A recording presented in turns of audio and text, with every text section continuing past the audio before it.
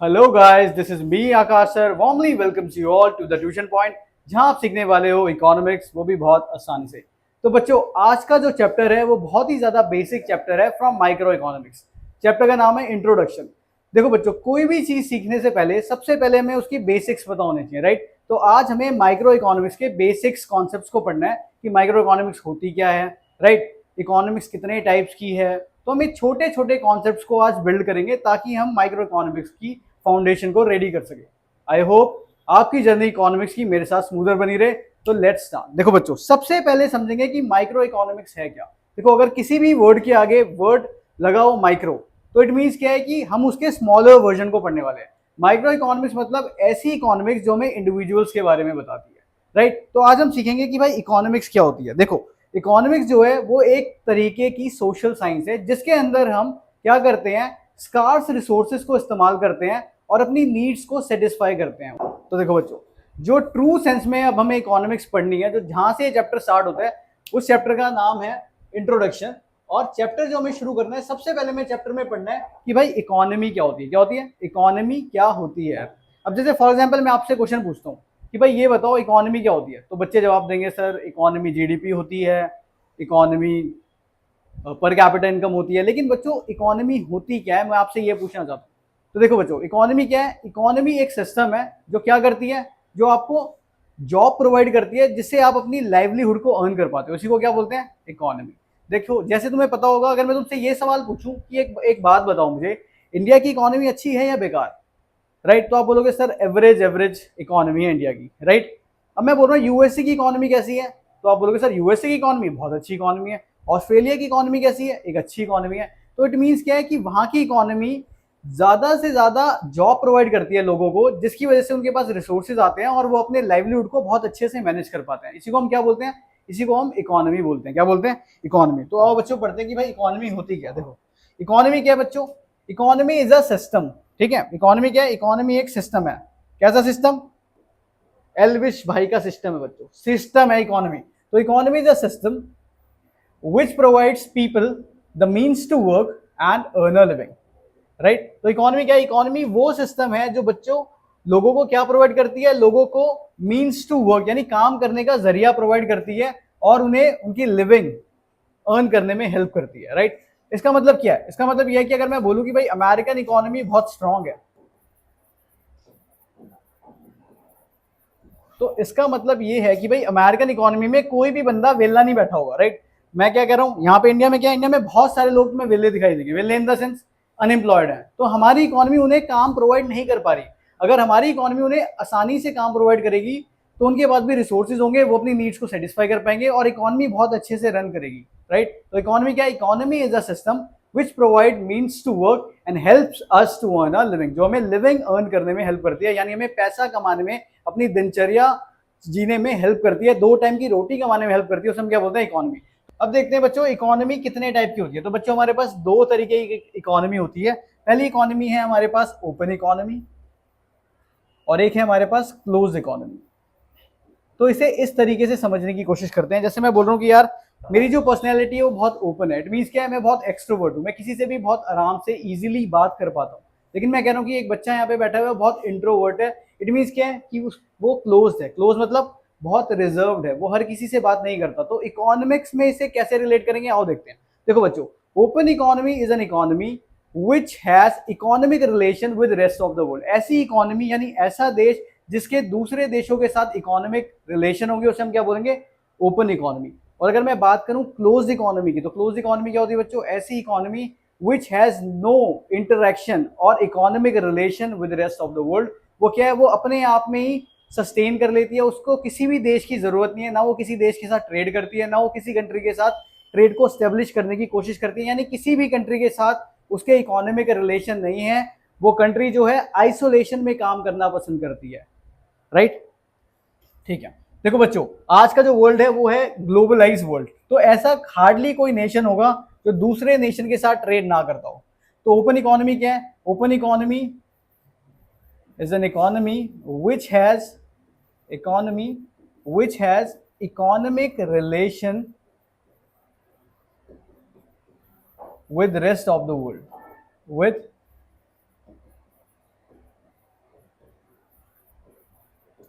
Rest of the world. तो इसे हम बोल सकते हैं ओपन इकोनॉमी। क्लोज इकोनॉमी, नाम से ही बच्चों पता चल जाता है, economy which has no economic relation with rest of the world.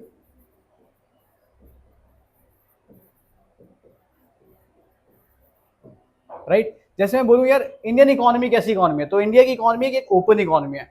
India बहुत सारे नेशंस के साथ ट्रेड करता है, अपने एग्रीकल्चर गुड्स को बेचता है, राइट, इवन पेट्रोल नेपाल को, भूटान को बेचता है, राइट, चाइना से बहुत सारी चीजों को इंपोर्ट करता है। तो भाई इंडियन इकोनॉमी एक ओपन इकोनॉमी है, यानी इंडिया के रिलेशन है, इकोनॉमिक रिलेशन है सारे नेशंस के साथ, राइट। अब बात करते हैं क्लोज इकोनॉमी की, ऐसी इकोनॉमी जो अकेले आइसोलेशन में सर्वाइव करना पसंद करती है, वो किसी भी दूसरे नेशन के साथ ट्रेड नहीं करती, which has no economic relation with rest of the world. इसके अंदर वो जो कोरिया है ना, कौन सी वाली कोरिया, वो नॉर्थ कोरिया। नॉर्थ कोरिया में जो डिक्टेटर है वो नहीं चाहता कि भाई जो कोरिया है वो किसी के साथ भी ट्रेड करे।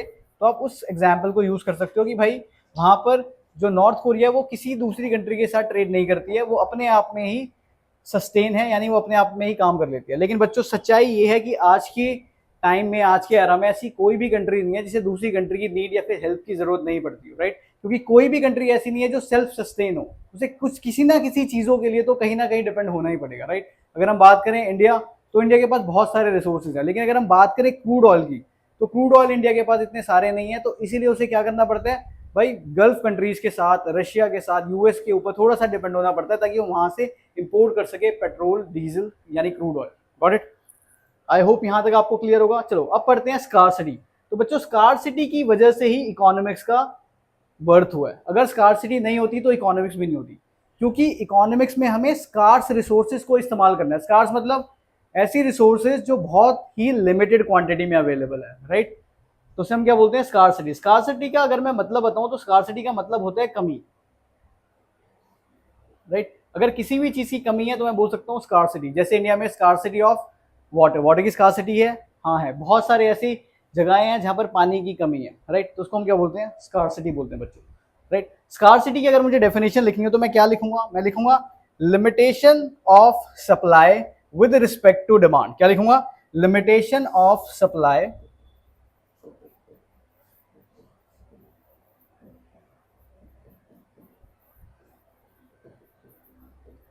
with respect to demand. It means चीज की डिमांड ज्यादा है और सप्लाई कम है, डिमांड ज्यादा है, सप्लाई कम है, इसी को मैं क्या बोलता हूं, इसी को मैं स्कार्सिटी बोलता हूं। Got it? इंडिया में क्या है भाई, पॉपुलेशन बहुत ज्यादा है तो पेट्रोल की डिमांड बहुत ज्यादा है, लेकिन सप्लाई बहुत कम है, इसीलिए पेट्रोल जो है वो एक स्कार्स रिसोर्सेज है for India. Got it? Scarcity समझ आ गई? ठीक, किसी भी चीज की कमी होने को हम बोल सकते हैं स्कार्सिटी। अब चीजों की कमी है, रिसोर्सेज की कमी है, तभी तो बच्चों में इकोनॉमिक्स पढ़नी पड़ती है, क्योंकि इकोनॉमिक्स में हमें लिमिटेड रिसोर्सेज को पढ़ना है कि भाई लिमिटेड रिसोर्सेज को किस तरीके से यूटिलाइज करें ताकि हम मैक्सिमम आउटपुट जनरेट कर पाए और सारे लोगों की नीड्स को सेटिस्फाई कर पाए, राइट। अभी मैं एक एग्जाम्पल के थ्रू समझाऊंगा कि भाई स्कार्सिटी जो है वो इकोनॉमिक्स की मदर क्यों है, right. Scarcity is the mother of economics, आप इस तरीके से भी इसे बोल सकते हो। चलो अब इकोनॉमिक प्रॉब्लम के लिए हम एक छोटी सी स्टोरी पढ़ेंगे और सीखेंगे इकोनॉमिक प्रॉब्लम होती क्यों है, कितनी तरीके की इकोनॉमिक प्रॉब्लम है और इकोनॉमिक प्रॉब्लम अराइज क्यों होती है बच्चों, ठीक। तो देखो मैं यहां पर एक छोटी सी स्टोरी समझाऊंगा तुम्हें। देखो मान लो एक प्यारा सा सुंदर सा बच्चा है जिसका नाम है मिस्टर एक्स, राइट। अब मिस्टर एक्स क्या है, मिस्टर एक्स का आज बर्थडे है और उसे उसके बर्थडे पे उसकी मदर ने 1,000 रुपये दिए हैं कि बेटा ये 1,000 रुपये हैं, इसे तू इस्तेमाल कर और अपना बर्थडे जी ले, मतलब जा सिमरन जा जी ले अपनी जिंदगी, वो भी 1,000 रुपये से, ठीक। चलो अब शुरू करते हैं। देखो बच्चों इसका बर्थडे है, तो बर्थडे पे सबसे पहले इसे क्या चाहिए, सबसे पहले यार बच्चों जब भी किसी का बर्थडे होता है तो उसे अपने लिए कपड़े चाहिए होते हैं। तो मिस्टर एक्स क्या करता है यार, उसके पास तो 1,000 रुपये, 1,000 रुपये में उसे सबसे पहले क्या करना है, अपने लिए शॉपिंग करनी है। क्या करनी है, शॉपिंग। शॉपिंग करने के लिए अगर वो भाई किसी डीलक्स से मॉल चला जाए या नाइकी वगैरह किसी के आउटलेट में चला जाए तो उसे पता है 1,000 रुपये में कुछ नहीं आने वाला, इसलिए बच्चों वो चोर बाजार चला जाता है। कहाँ चला जाता है, चोर बाजार। और चोर चोर बाजार जाकर वो अपने लिए 300 रुपए में सुंदर से कपड़े खरीद लाता है, राइट। अब उसके पास कितने पैसे बचे हैं बच्चों? उसके पास बचे हैं 700 रुपए। फाइन। अब 700 रुपए में उसे क्या करना है? उसे पता है यार बर्थडे है तो यार मंदिर भी जाना है, भगवान जी को प्रसाद भी चढ़ाना है, तो वो क्या करता है? मंदिर जाता है। मंदिर जाके क्या करता है? 101 रुपए तो पुजारी जी को देता है, प्लस 100 रुपए की मिठाई चढ़ा देता है। या मान लो 100 रुपए पुजारी जी को देता है और 100 रुपए की मिठाई ले लेता है, 200 रुपए यहाँ खर्च हो गए। अब उसके पास कितने पैसे बचे हुए हैं? 500 रुपए, राइट। अब वो मिस्टर एक्स है, राइट। तो उसकी एक प्यारी सी सुंदर सी एक गर्लफ्रेंड भी है बच्चों। अब उसे क्या करना है? अपनी गर्लफ्रेंड को भी बर्थडे पार्टी की ट्रीट देनी है, राइट। तो क्या करते हैं? गर्लफ्रेंड को कॉल करते हैं और कहते हैं कि आजा, मेरे पास 500 रुपए हैं, आज तुझे जो खाना है मैं खिलाता हूँ। अब वो एक अच्छे से रेस्टोरेंट जाते हैं, और रेस्टोरेंट जाते हैं तो भाई बिल आ जाता है कितने का? 1000 रुपए का तो बच्चों बिल ही आ जाता है, राइट। तो मतलब क्या है कि वो 1000 रुपए को अच्छे से यूटिलाइज नहीं कर पाया, वो सबकी नीड्स को सेटिस्फाई नहीं कर पाया। और अभी इस मिस्टर एक्स के 5 दोस्त भी हैं, ठीक है। बेचारे इसके 5 दोस्त भी हैं जो इसकी राह देख रहे हैं कि भाई हमारा दोस्त आएगा और हमें आके पार्टी देगा। लेकिन इस बेचारे के तो गर्लफ्रेंड के साथ गया भाई, मूवी देख ली प्लस कुछ खा लिया, 1000 रुपए वहीं खर्च हो गए। तो उसके पास तो बेचारे के पास पहले ही पैसे नहीं है, बेचारे को क्या करना पड़ा भाई? गर्लफ्रेंड से 500 रुपए और उधार लेने पड़ गए, तब जाके तो उसका बर्थडे मना है। अब दोस्त जो है बेचारे वो फोन कर करके गालियां दे रहे हैं कि भाई कहाँ है तू, कहाँ है तू, कहाँ है तू, कहाँ है। तो भाई इस तरीके से तो यही तो था कि इससे 1000 रुपए को इस तरीके से इस्तेमाल करना था, यही बात थी, यही पॉइंट था इकोनॉमिक्स का, यही पॉइंट है बच्चों की उसे 1000 रुपए को इस तरीके से इस्तेमाल करना है कि भाई वो अपने लिए शॉपिंग भी कर ले, राइट, पंडित जी के पास जाके मंदिर में प्रसाद भी चढ़ा दे, गर्लफ्रेंड को पार्टी भी दे दे, और साथ में जो उसके 4 लफंडर दोस्त हैं उन्हें भी ये खुश कर दे। लेकिन बच्चों ये कर नहीं पाया। क्यों नहीं कर पाया? क्योंकि यहाँ पे रिसोर्सेज क्या थे? लिमिटेड थे। क्या थे? लिमिटेड। अगर मैं इसके साथ एक जीरो और जोड़ देता, मान लो अगर उसके पास 10,000 रुपए होते, कितने रुपए होते? 10,000। तो क्या सारे काम को नहीं कर पाता? वो सारे काम को बहुत इजीली कर पाता। वो गर्लफ्रेंड को भी खुश कर देता, वो पंडित जी को भी खुश कर देता, वो अपने लिए अच्छे कपड़े भी खरीद लेता, दोस्तों को पार्टी भी देता। तो यही तो इकोनॉमिक्स है बच्चों की, आपको लिमिटेड रिसोर्सेज को, यानी इस 1000 रुपए को इस तरीके से इस्तेमाल करने हैं ताकि वो सबकी नीड्स को फुलफिल कर पाए। इसी को बच्चों इकोनॉमिक्स कहते हैं। क्या कहते हैं? Economics, right. तो इसलिए यहाँ पे इकोनॉमिक्स की जरूरत क्यों पड़ी? क्योंकि यहाँ पे रिसोर्सेज क्या थी? स्कार्स थी। क्या थी? स्कार्स रिसोर्सेज थे उसके पास, यानी उसके पास पैसों की कमी थी। तो इसलिए मैं बोल रहा था कि भाई स्कार्सिटी को मदर ऑफ इकोनॉमिक्स भी कहते हैं, राइट। चलो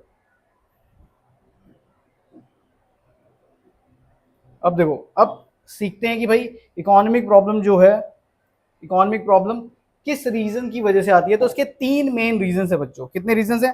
3 मेन रीजन है इकोनॉमिक प्रॉब्लम के। पहला क्या है? पहला क्या था भाई? Limited resources. तो पहला रीजन क्या है भाई? कि रिसोर्सेज जो थी वो लिमिटेड थी। तो पहला है भाई लिमिटेड रिसोर्सेज। फाइन। दूसरा क्या था बच्चों? जल्दी फटाफट से बता दो। Limited resources, unlimited human wants. दूसरी क्या थी उसकी? देखो ना भाई, वांट्स कितनी थी भाई? जाऊं भाई शॉपिंग भी कर लूं, पंडित जी को भी खुश कर दूं, गर्लफ्रेंड को भी घुमा दूं, दोस्तों को भी घुमा दूं। तो उसकी जो वांट्स थी वो अनलिमिटेड थी। क्या थी? Unlimited wants.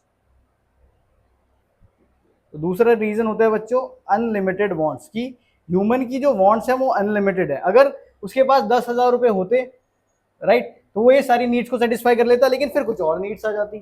तो अनलिमिटेड वांट्स होती हैं, लिमिटेड रिसोर्सेज होती हैं, और हर रिसोर्सेज के ऑल्टरनेटिव यूजेस होते हैं, राइट। जैसे इस 1000 रुपए को चाहे तो वो भाई अपने लिए शॉपिंग के लिए भी खर्च कर सकता था, इसी 1000 रुपए को वो जो है, ठीक है, मंदिर में जाके मंदिर में भी खर्च कर सकता था, इसी 1000 रुपए को वो अपनी गर्लफ्रेंड के ऊपर भी स्पेंड कर सकता था, इसी 1000 रुपए को वो, राइट, दोस्तों को पार्टी देने के लिए भी यूज कर सकता था। तो ये देखो 1000 रुपए के कितने मल्टीपल यूजेस है, कितने ऑल्टरनेटिव यूजेस हैं। तो इन 1000 रुपए को वो कई तरीके से इस्तेमाल कर सकता था। तो यही दिक्कत होती है कि समझ नहीं आता यार 1000 रुपए को कहाँ खर्च करूं, किसे खुश करूं, किसे दुखी करूं, ठीक है। तो तीसरा रीजन क्या है? Resources have alternative uses. Resources have alternative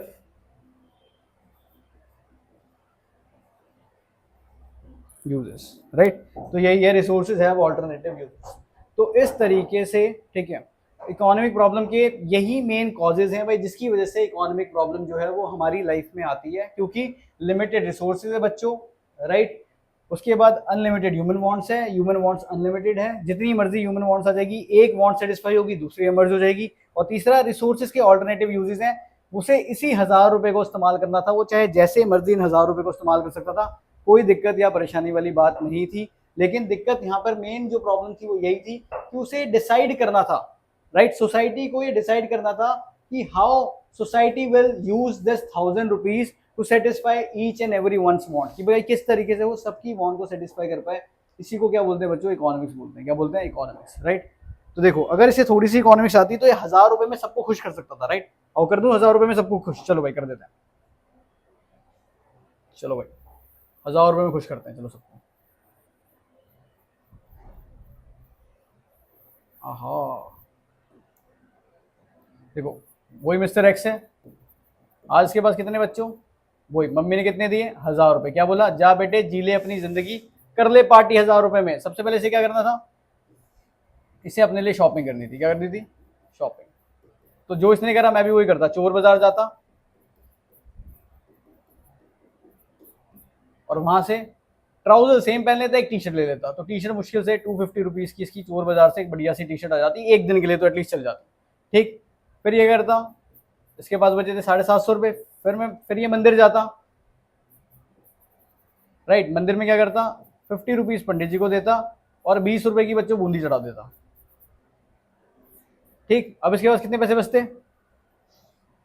अब इसके पास बचते 680 रुपीज, राइट। फिर ये क्या करता, ये गर्लफ्रेंड को फोन करता कि आजा आज मेरा बर्थडे है, लेकिन हम बर्थडे में कहाँ जाएंगे, गुरुद्वारे जाएंगे बच्चों। कहाँ जाएंगे, गुरुद्वारे। ये बंगला साहब गुरुद्वारा जाता, ठीक। और बंगला साहब गुरुद्वारे में क्या करता, पहले माथा टेकता फिर लंगर खाते दोनों मजे से, राइट। पेट भर जाता, राइट। रास्ते में छोटी मोटी कोल्ड ड्रिंक वोल्ड ड्रिंक आइसक्रीम वाइसक्रीम खा लेते, 180 रुपए में बच्चों गर्लफ्रेंड निपट जाती, ठीक। सीख लो, ये लाइफ लेसन दे रहा हूं, 180 रुपए में गर्लफ्रेंड को कैसे खुश करें। तो भाई इस तरीके से खुश कर देना। अब कितने बचे, अब 500 रुपए बचे। अब दोस्त निठल्ले हैं ही क्या यार, दोस्तों को करना ही क्या है, दोस्तों को बुला, चारों को, चंगलू मंगलू पंगलू को, और दोस्तों के साथ 500 रुपए में भाई 2 प्लेट मोमो खा लो, स्टीम मोमो, 2 प्लेट नूडल खा लो, निपट गया बर्थडे भाई, चलो हो गया काम। 500 रुपए में दोस्त भी आराम से खुश हो जाते, ये आज तो दोस्त ने तगड़ी पार्टी दे दी, दोस्त तो खुश हो जाते, वहां मजा आ गया, 500 रुपए की पार्टी 5 जन्मों बाद मिली है पूरे। तो इस तरीके से अगर से इकोनॉमिक्स आती बच्चों तो क्या करता, इस तरीके से रिसोर्सेज को इस्तेमाल करता और सबकी नीड्स को सेटिस्फाई कर देता। इसी को क्या बोलते हैं बच्चों, इसी को बोलते हैं इकोनॉमिक्स, राइट, राइट। तो आई होप आपको एक लाइफ लेसन मिल गया होगा, ठीक है। तो याद रखना, 180 रुपए में गर्लफ्रेंड को कैसे निपटाएं, कॉल हर और बोलो ये कहाँ चल रहे हैं, गुरुद्वारे। कौन से, बंगला साहब गुरुद्वारे। देसी घी का हलवा खाओ, आ हा स्वाद, बढ़िया लंगर चखो, आ हा स्वाद, ठीक। चलो तो इस तरीके से बच्चों आपको रिसोर्सेस को इस्तेमाल करना है। इसका मतलब ये नहीं है कि यहाँ पता चला कि हर दिन ही बंगला साहब जाके बैठ गए हो कि सर हम तो कमाएंगे नहीं, बंगला से पेट भर के खाना मिल रहा है, 3 टाइम का खाना मिल रहा है, राइट। ऐसा भी काम नहीं करना बच्चों। ये तो बस एक एग्जाम्पल बता रहा था कि इस तरीके से आप अपनी प्रॉब्लम को सॉल्व कर सकते थे। फाइन, चलो आगे बढ़ते हैं। सो बच्चों आई होप आपको यहाँ तक लेक्चर समझ आ गया होगा। अब हमें पढ़ना है एक इंपॉर्टेंट टर्म जिसका नाम है इकोनोमाइजिंग ऑफ रिसोर्सेज। और मैं आपको बता दूं बच्चों, इस स्लाइड में से जो सबसे इंपॉर्टेंट आपके एग्जाम में आएगी, एक तो स्कार्सिटी, टीचर पूछते कि भाई एमसीक्यू में कि भाई बताओ स्कार्सिटी क्या है, और दूसरा इकोनॉमिक प्रॉब्लम भी वो आपसे पूछ सकते हैं। तो ये स्लाइटली थोड़े से इंपॉर्टेंट टॉपिक हैं। देखो अगला क्या है, इकोनोमाइजिंग रिसोर्सेज, कि भाई रिसोर्सेज, देखो जो नेक्स्ट इंपॉर्टेंट टॉपिक है बच्चों वो है इकोनोमाइजिंग रिसोर्सेज। इसका मतलब क्या है, इसका मतलब है it means allocating the limited resources in such a way that economy produces maximum goods and services to satisfy human wants. इसका मतलब क्या बच्चों, इसका मतलब ये है कि आपको रिसोर्सेज को इस तरीके से इस्तेमाल करना है कि आप उससे मैक्सिमम आउटपुट क्रिएट कर सको और मैक्सिमम से मैक्सिमम लोगों की नीड्स को सेटिस्फाई कर पाओ। इसी को क्या बोलते हैं, इकोनोमाइजिंग ऑफ रिसोर्सेज, राइट। मतलब एक ऐसा बच्चा, ऐसा एग्जाम्पल ले लेते हैं कि एक ऐसा बच्चा जो क्लास में पढ़ता भी है, राइट, क्लास में एंजॉय भी कर लेता है और मार्क्स भी बहुत अच्छे ले आता है, वो क्या कर रहा है, वो क्लास में रिसोर्सेज को इस तरीके से इस्तेमाल करता है, यानी क्लास के नोट्स को बहुत अच्छे से पढ़ता है, होमवर्क बहुत अच्छे से करता है, अपने टाइम की यूटिलाइजेशन बहुत अच्छे से करता है और इस तरीके से मैक्सिमम आउटपुट निकाल लेता है क्लास से। तो वो क्या कर रहा है, इकोनोमाइजिंग कर रहा है रिसोर्सेज की, राइट। फॉर एग्जाम्पल आपकी पॉकेट में 1,000 रुपए हैं, आप 1,000 रुपए में अपने मंथ को इस तरीके से उस 1,000 रुपए को अपने मंथ में चलाते हो कि आप अपने मंथ में जितनी भी आपकी नीड्स है आप उनको भी सेटिस्फाई कर लेते हो, प्लस साथ में कुछ सेविंग भी कर लेते हो। तो इसी को क्या बोलते हैं, इकोनोमाइजिंग दी रिसोर्सेज, कि रिसोर्सेज को इस तरीके से इस्तेमाल करना कि आप उससे मैक्सिमम आउटपुट क्रिएट कर पाओ और ज्यादा से ज्यादा नीड्स को सेटिस्फाई कर पाओ, उसी को हम क्या बोलते हैं, इकोनोमाइजिंग दी रिसोर्सेज। अगर मैं साफ साफ शब्दों में बोलूं तो हम ये भी बोल सकते हैं effective and efficient utilisation of resources, की भाई रिसोर्सेज का इससे बेहतर इस्तेमाल तो हो ही नहीं सकता। तो इसे हम क्या बोलते हैं, effective and efficient utilisation of resources. इसी टर्म को हम क्या बोलते हैं, रिसोर्सेज को इकोनोमाइज करना। सो बच्चों नेक्स्ट इंपॉर्टेंट टॉपिक है हमारे पास, difference between micro and macroeconomics, right. आज हम पढ़ेंगे भाई माइक्रो इकोनॉमिक्स और मैक्रो इकोनॉमिक्स क्यों अलग अलग है, माइक्रो इकोनॉमिक्स में ऐसी क्या खास बातें हैं जो उसको अलग बनाती हैं मैक्रो इकोनॉमिक्स से। देखो बच्चों, माइक्रो इकोनॉमिक्स आपको क्लास 11th में पढ़नी होती है और मैक्रो इकोनॉमिक्स आपको क्लास 12th में पढ़नी होती है। तो देखो हमारे सामने एक टेबल है, इस टेबुलर फॉर्म से हम इजीली समझेंगे कि भाई माइक्रो और मैक्रो में डिफरेंस क्या है। तो देखो बच्चों, सबसे पहले माइक्रो इकोनॉमिक्स में जो डिफरेंस है बच्चों, वो आई और ए का ही डिफरेंस है। किसका डिफरेंस है, आई और ए का। यहाँ पे आई जो है वो इंडिविजुअल को स्टैंड करता है, आई स्टैंड्स फॉर इंडिविजुअल। अगर हमें इंडिविजुअल इनकम के बारे में पढ़ना है, इंडिविजुअल डिमांड के बारे में पढ़ना है, अगर हमें इंडिविजुअल डिमांड के बारे में पढ़ना है, इंडिविजुअल प्राइस के बारे में पढ़ना है, इंडिविजुअल की इनकम के बारे में पढ़ना है, तो हमें कौन सी इकोनॉमिक्स पढ़नी पड़ेगी बच्चों, माइक्रो इकोनॉमिक्स, यानी ऐसी इकोनॉमिक्स जो कि स्मॉलर लेवल पर होती है, ठीक। लेकिन बच्चों अगर हमें पूरे देश की इनकम देखनी है कि भाई पूरे देश की नेशनल इनकम कितनी है, राइट, पूरे देश में आउटपुट कितने क्रिएट होते हैं, तो हमें मैक्रो इकोनॉमिक्स पढ़नी है। और मैक्रो इकोनॉमिक्स स्टैंड्स फॉर, ये जो ए है इट स्टैंड्स फॉर एग्रीगेट्स, और एग्रीगेट का मतलब होता है बच्चों टोटल। यानी कि अगर हमें टोटल पूरे नेशन के बारे में या टोटल पॉपुलेशन के बारे में पढ़ना है, यानी एक से ज्यादा चीजों के बारे में पढ़ना है, तो हमें क्या पढ़नी पड़ेगी, मैक्रो इकोनॉमिक्स पढ़नी पड़ेगी बच्चों, राइट। तो देखो बच्चों, माइक्रो इकोनॉमिक्स डील्स विद, किसके साथ डील करती है, इंडिविजुअल इकोनॉमिक यूनिट्स के साथ। अभी बताया ना, अगर आपको एक चीज के बारे में पढ़ना है, यानी एक इकोनॉमिक यूनिट के बारे में पढ़ना है, तो आपको माइक्रो इकोनॉमिक्स पढ़नी पड़ेगी। लेकिन अगर आपको इकोनॉमी एज अ होल, यानी पूरे नेशन की इकोनॉमी के बारे में पढ़ना है, किसके बारे में पढ़ना है, पूरे नेशन की इकोनॉमी के बारे में, राइट। अगर आपको पूरे नेशन की इकोनॉमी के बारे में पढ़ना है, यानी इकोनॉमी एज अ होल पढ़ना है, तो आपको मैक्रो इकोनॉमिक्स पढ़नी पड़ेगी। Macro economics it deals with economy as a whole, यानी पूरे देश की इकोनॉमी के बारे में पढ़ना है, तो आपको मैक्रो इकोनॉमिक्स पढ़नी पड़ेगी। नेक्स्ट हमारे पास है बच्चों इसके टूल्स, मतलब कौन से ऐसे टूल्स हैं जो माइक्रो इकोनॉमिक्स में इस्तेमाल होते हैं, तो वो है बच्चों डिमांड एंड सप्लाई। आप देखोगे तो आपकी माइक्रो इकोनॉमिक्स का बहुत ही ज्यादा इंपॉर्टेंट चैप्टर है डिमांड, और सप्लाई भी बहुत ही ज्यादा इंपॉर्टेंट है। तो यहाँ पे individual demand and individual supply इसके टूल्स हैं। अगर मैं बात करूं मैक्रो इकोनॉमिक्स के टूल्स की, तो मैक्रो इकोनॉमिक्स में होते हैं बच्चों aggregate demand and aggregate supply. तो यहाँ पर जो टूल है वो क्या है, वो है aggregate demand and aggregate supply. तो अभी भी देखो फर्क किसका चल रहा है सर, आई और ए का। यहाँ पे सारी चीजें इंडिविजुअल के बारे में बात करती है और यहाँ पर सारी चीजें एग्रीगेट के बारे में बात करती है, ठीक। चलो, माइक्रो इकोनॉमिक्स का एक और नाम है, नाम क्या है, प्राइस थ्योरी। क्या नाम है, प्राइस थ्योरी। माइक्रो इकोनॉमिक्स को हम प्राइस थ्योरी के नाम से भी जानते हैं, right.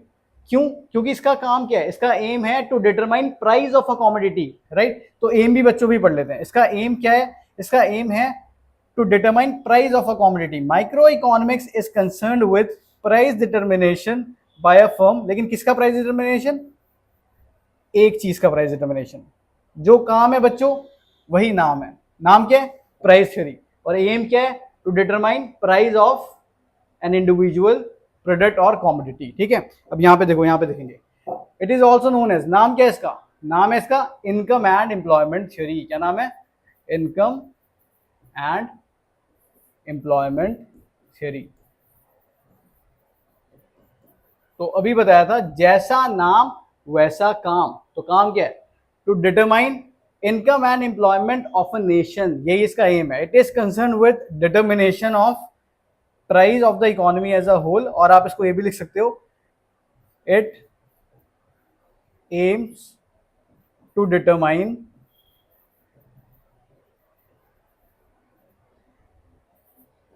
income and employment level in an economy. Perfect, right. Example भाई, अगर एक किसी भी एक सिंगल प्रोडक्ट का प्राइस निकालना है तो क्या पढ़ूंगा? Micro economics, right. मुझे जनरल प्राइस निकालना है कि भाई एक चीज का जनरल प्राइस यानी ऑल ओवर कंट्री में क्या चल रहा है, तो क्या पढ़ूंगा? Macro economics. मुझे एक इंसान की इनकम पता करनी है, क्या पढ़ूंगा? Micro economics. मुझे पूरे देश की इनकम पता करनी है, क्या पढ़ूंगा? Macro economics, right. तो माइक्रो मतलब स्मॉल और मैक्रो मतलब लार्ज, राइट। तो माइक्रो एक बेसिक कॉन्सेप्ट है, माइक्रो जो है एक नैरो कॉन्सेप्ट है, और मैक्रो क्या है बच्चों? मैक्रो एक ब्रॉडर कॉन्सेप्ट है। कैसा कॉन्सेप्ट है? Broader concept. तो बस यही छोटा सा इसके अंदर फर्क है।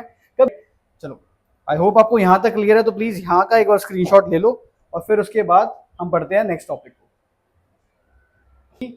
In capitalist economy, resources are owned, controlled and managed by private entrepreneurs or group of people.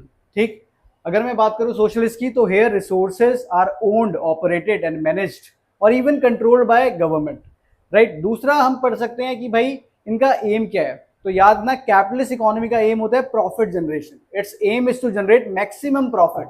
और अगर मैं बात करूं सोशलिस्ट इकोनॉमी की, तो इसका एम होता है सोशल वेलफेयर। क्या होता है? सोशल वेलफेयर, लोगों की भलाई करना, राइट। तो बस यही चीजें हमें छोटी सी पढ़नी है और इससे ज्यादा इसमें पढ़ने का कोई स्कोप भी नहीं है बच्चों, क्योंकि ये एग्जाम पॉइंट ऑफ व्यू से बिल्कुल थोड़ा सा इररेलेवेंट सा टॉपिक है। चलो कर लेते हैं फिर भी। तो देखो, in this economy all the means of production are owned by individuals और ग्रुप ऑफ इंडिविजुअल्स।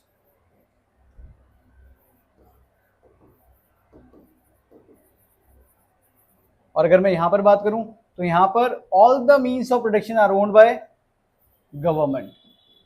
अब वो गवर्नमेंट कैसी हो सकती है बच्चों? किसी भी तरीके की गवर्नमेंट हो सकती है, राइट। वो आपके पास स्टेट गवर्नमेंट हो सकती है, सेंट्रल गवर्नमेंट हो सकती है, और बोथ, दोनों हो सकती है। तो याद रखना, राइट। उसके बाद आप इसमें इसका मोटिव भी ले सकते हो बच्चों। थर्ड पॉइंट पे अगर आप चाहो तो मोटिव भी ले सकते हो। इसका एम है प्रॉफिट मैक्सिमाइजेशन। क्या है? Profit maximisation. अगर मैं इसकी बात करूं तो यहां पर है सोशल वेलफेयर।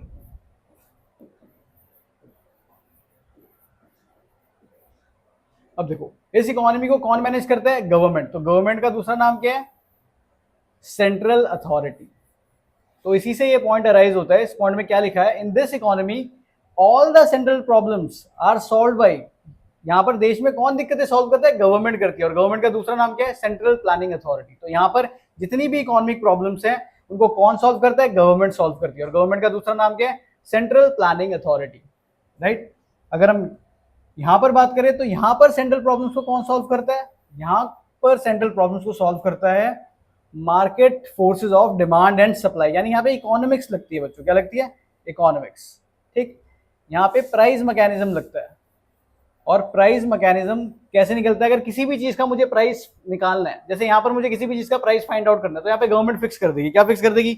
मान लो 5 रुपए केजी उन्होंने वीट का प्राइस फिक्स कर दिया। लेकिन कभी भी ऐसा कैपिटलिस्ट इकोनॉमी में नहीं होता। अगर मुझे इस मार्कर का प्राइस डिसाइड करना है, राइट, तो याद रखना बच्चों, जहां पर इसकी डिमांड और सप्लाई इंटरसेक्ट करेगी यानी मीट करेगी, वहां पे इसका प्राइस निकल जाएगी। फॉर एग्जाम्पल, मान लो मैं इस पेन को 20 रुपए में बेचना चाहता हूँ, राइट, लेकिन जो जनरल कंज्यूमर है वो उसे 20 रुपए में खरीदना नहीं चाहते, तो मैं इस चीज का प्राइस कभी भी 20 रुपए फिक्स नहीं कर सकता, राइट। लेकिन मैं अगर 15 रुपए फिक्स करता हूं तो हाँ, कंज्यूमर भी 15 रुपए में कंफर्टेबली इसको खरीद लेंगे, तो उसका प्राइस कितना आ जाएगा? 15 रुपए। तो डिमांड और सप्लाई मीट करनी चाहिए। जिस पॉइंट पे डिमांड और सप्लाई मीट करती है वहां पर उस चीज का प्राइस निकलता है। और यहाँ पर प्राइस डिसाइड होता है डिमांड और सप्लाई से। कौन सी इकोनॉमी में? कैपिटलिस्ट इकोनॉमी में। लेकिन सोशलिस्ट इकोनॉमी में क्या होता है बच्चों? यहाँ पे गवर्नमेंट आती है और बोलती है कि बच्चों इस पेन का प्राइस 3 रुपए होगा, तो 3 रुपए फिक्स हो गया। यहाँ पे डिमांड और सप्लाई वाला कोई कॉन्सेप्ट ही नहीं है, राइट। आई होप आपको ये टॉपिक क्लियर होगा। और अब यहाँ से बहुत ही ज्यादा इंपॉर्टेंट टॉपिक निकल के आने वाला है जो एग्जाम में 101% आता है। याद है ना? 101%। तो क्या है उस टॉपिक का नाम? उस टॉपिक का नाम है बच्चों central problem of an economy. कि भाई इकोनॉमी की सेंट्रल प्रॉब्लम होती क्या है, राइट, ठीक है। तो बच्चों अब जो टॉपिक हम पढ़ने वाले हैं वो one of the most important topic है। It will come 100% in your examination, ठीक है। तो अब जो टॉपिक है वो है central problem of an economy. भाई कि एक इकोनॉमी में सेंट्रल प्रॉब्लम एक इकोनॉमी की क्या होती है, राइट। तो देखो बच्चों, सेंट्रल प्रॉब्लम मतलब main problem of an economy, right. देश चलाना हम कहते हैं भाई बहुत आसान है, मुझे पीएम बना दो मैं चला दूंगा, उसे पीएम बना दो वो चला देंगे, कांग्रेस को ले आओ, बीजेपी को ले आओ, फिर भी लोग कभी खुश नहीं होते। क्यों? क्योंकि सेंट्रल प्रॉब्लम को कोई दूर ही नहीं कर पा रहा बच्चों। दिक्कत की बात सारी की सारी ये है, राइट। तो देखो अब हम पढ़ेंगे सेंट्रल प्रॉब्लम होती क्या। तो देखो बच्चों, तीन तरीके की central problem of an economy होती है। पहला, व्हाट टू प्रोड्यूस, क्या बनाएं। दूसरा, हाउ टू प्रोड्यूस, कैसे बनाएं। तीसरा, फॉर हुम टू प्रोड्यूस, कि भाई किसके लिए बनाएं, राइट। तो इसको तुम ऐसे समझ सकते हो। देखो अब मैं थोड़ा सा फनी वे में यानी थोड़ा सा सरकास्टिक वे में पढ़ाने की कोशिश करूंगा। देखो बच्चों, आप समझ सकते हो कि मान लो किस कोई बच्चा है, उसका बाल विवाह हो गया, ठीक है। अब बाल विवाह हुआ है तो ऑब्वियस ही बात है, निब्बे का बाल विवाह किससे होगा, निब्बी से। तो ठीक है बच्चों, तो निब्बे का बाल विवाह निब्बी से हो गया, राइट। अब क्या है, निब्बा बेचारा ऑफिस जा रहा है, ऐसे छोटा छोटा निब्बा है बेचारा, प्यारा प्यारा ऑफिस जा रहा है। ऑफिस पहुंचता है, ऑफिस पहुंचने के बाद शाम के 6 बज जाते हैं, और 6 बजे के बाद निब्बी जी का फोन आता है, और निब्बी जी क्या कहती हैं कि सुनो, आप कितने बजे घर आओगे, आप बहुत थक गए होगे। तो निब्बा जवाब देते हैं, हाँ बिल्कुल मैं थक गया हूँ, तो खाने में आप क्या खाओगे। तो वो पूछ रही है कि भाई क्या बनाऊं। तो पहली प्रॉब्लम क्या है, व्हाट टू प्रोड्यूस, कि भाई क्या बनाऊं। तो वो पूछ रही है क्या बनाऊं आपके लिए, आपके लिए मैं चाइनीज बना दूं, राइट, आपके लिए मैं कॉन्टिनेंटल बना दूं, इंडियन बना दूं, साउथ इंडियन बना दूं, क्या खाओगे आप बताओ। अब निब्बा कह रहा है एक काम कर, तू मेरे लिए इटालियन बना दे। ठीक है, वो कह रहा है कि मेरे लिए इटालियन बना दे। अब पहली प्रॉब्लम उसने पूछ ली क्या बनाऊं, तो जवाब आ गया क्या बनाऊं, इटालियन। अब दूसरा सवाल निब्बी पूछती है कैसे बनाऊं, यानी हाउ टू प्रोड्यूस। भाई इटालियन तो उसने ऑप्शन भी नहीं दिया था, उसे बनाना आता ही नहीं है। तो दूसरा क्या था, हाउ टू प्रोड्यूस, कि भाई मैं किस तरीके से बनाऊं। समझ रहे हो। तो दूसरी प्रॉब्लम हमारे पास है हाउ टू प्रोड्यूस, कि भाई किस तरीके से बनाऊं। तो इसने बोला कि एक काम कर, यूट्यूब खोल, यूट्यूब में आराम से बहुत सारी रेसिपी मिल जाएंगी, उसमें से कोई भी रेसिपी देख ले और वहां से बना ले, राइट। और फिर निबी ने बोला एक काम भी तो कर सकते हैं, हम रेस्टोरेंट से भी ऑर्डर कर सकते हैं। तो उसने दोनों तरीके ढूंढ लिए, भाई कैसे बनाऊं, या तो खुद बना लूं मेहनत करके, या फिर क्या करूं, या फिर रेस्टोरेंट में कॉल करके मंगवा लेती हूँ। तो भाई हाउ टू प्रोड्यूस में ये आ गया, ठीक।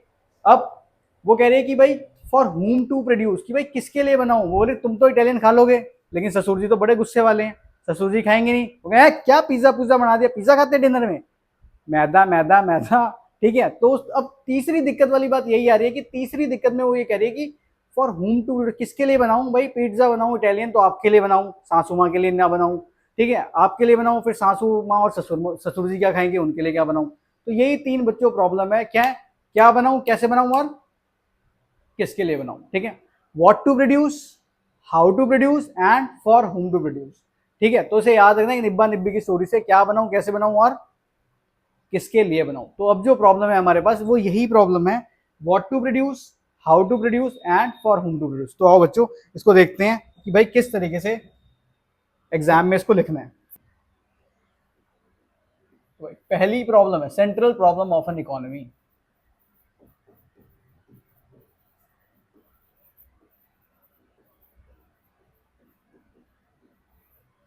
पहला है भाई व्हाट टू प्रोड्यूस, दूसरा है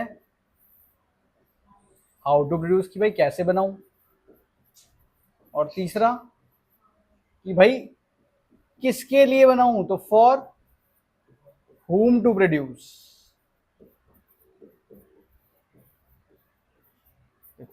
सबसे पहले आप लिखोगे कि this problem arises due to the choice of commodity to be produced,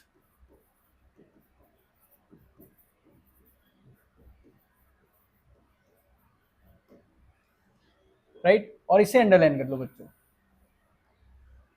अब दिक्कत की बात यह है कि भाई कौन सी कॉमोडिटी बतानी है, चॉइस ऑफ कॉमोडिटी, कि भाई कौन सी कॉमोडिटी प्रोड्यूस करेगी, क्या बनाएं। और बच्चों यहां पर दो तरीके के गुड्स आपको बना सकते हो। पहला है हमारे पास कंज्यूमर गुड्स, और नेक्स्ट है हमारे पास कैपिटल गुड्स। फाइन। अब आप सोच रहे हो सर कंज्यूमर गुड्स क्या होते हैं और कैपिटल गुड्स क्या होते हैं।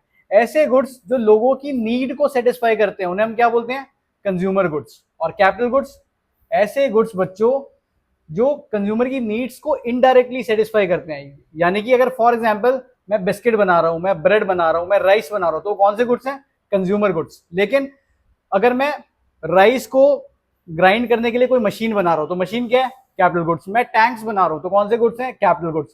तो याद रखना, इंडिया जो है वो ज्यादातर कंज्यूमर गुड्स बनाने में बिलीव करता है, यानी वो लोगों के वेलफेयर पे ध्यान देता है। लेकिन अगर मैं अमेरिका की बात करूं तो वो कैपिटल गुड्स बनाने में ध्यान देता है। वो ज्यादा से ज्यादा आर्म्स बनाता है, एम्यूनिशन बनाता है, मिसाइल बनाता है, और क्या करता है? दो कंट्री के बीच में वॉर कराता है और फिर अपने कैपिटल गुड्स उन्हीं को बेच देता है। तो इस तरीके से वो पैसा कमाता है, इस तरीके से वो इकोनॉमी को रन करता है।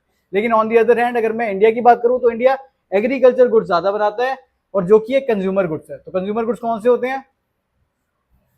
Example, rice, wheat, bread etcetera. और अगर मैं कैपिटल गुड्स की बात करूं तो यहाँ पे machines, vehicles, arms,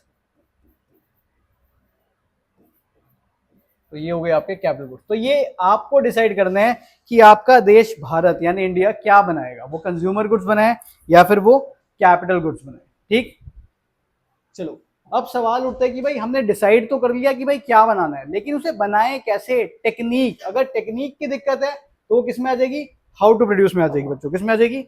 how to produce में। तो याद रखना, this problem arises due to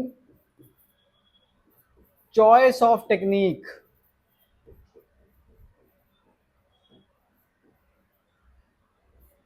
to be used in an economy for producing goods। कि भाई गुड्स को प्रोड्यूस करने के लिए हम कौन सी टेक्निक का इस्तेमाल करें। तो ये आ जाता है हाउ टू प्रोड्यूस में। किसमें आ जाता है? हाउ टू प्रोड्यूस में। ठीक, तो याद रखना बच्चों, अंडरलाइन करना है चॉइस ऑफ टेक्निक्स को। और हमारे पास दो तरीके की टेक्निक होती है। पहली कौन सी टेक्निक होती है हमारे पास? Labour intensive technique. और दूसरी कौन सी होती है हमारे पास? Capital intensive technique. तो दो तरीके की टेक्निक है हमारे पास। पहली है बच्चों लेबर इंटेंसिव टेक्निक,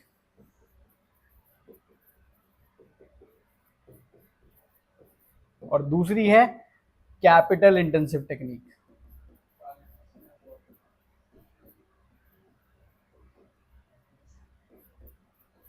अब सवाल उठता है कि सर दोनों में फर्क क्या है? तो देखो बच्चों, बहुत ही बेसिक सा फर्क है।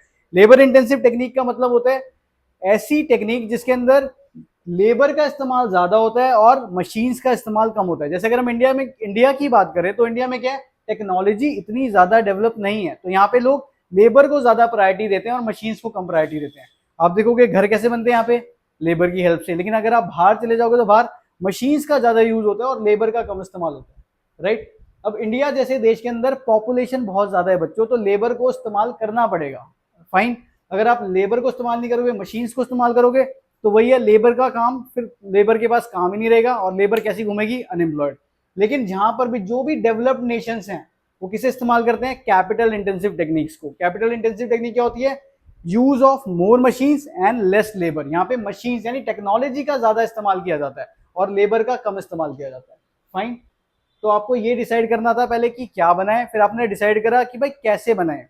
क्या में आपके पास दो गुड्स थे, कौन कौन से? कंज्यूमर गुड्स और कैपिटल गुड्स। टेक्निक आपके पास दो तरीके की है, लेबर इंटेंसिव और कैपिटल इंटेंसिव।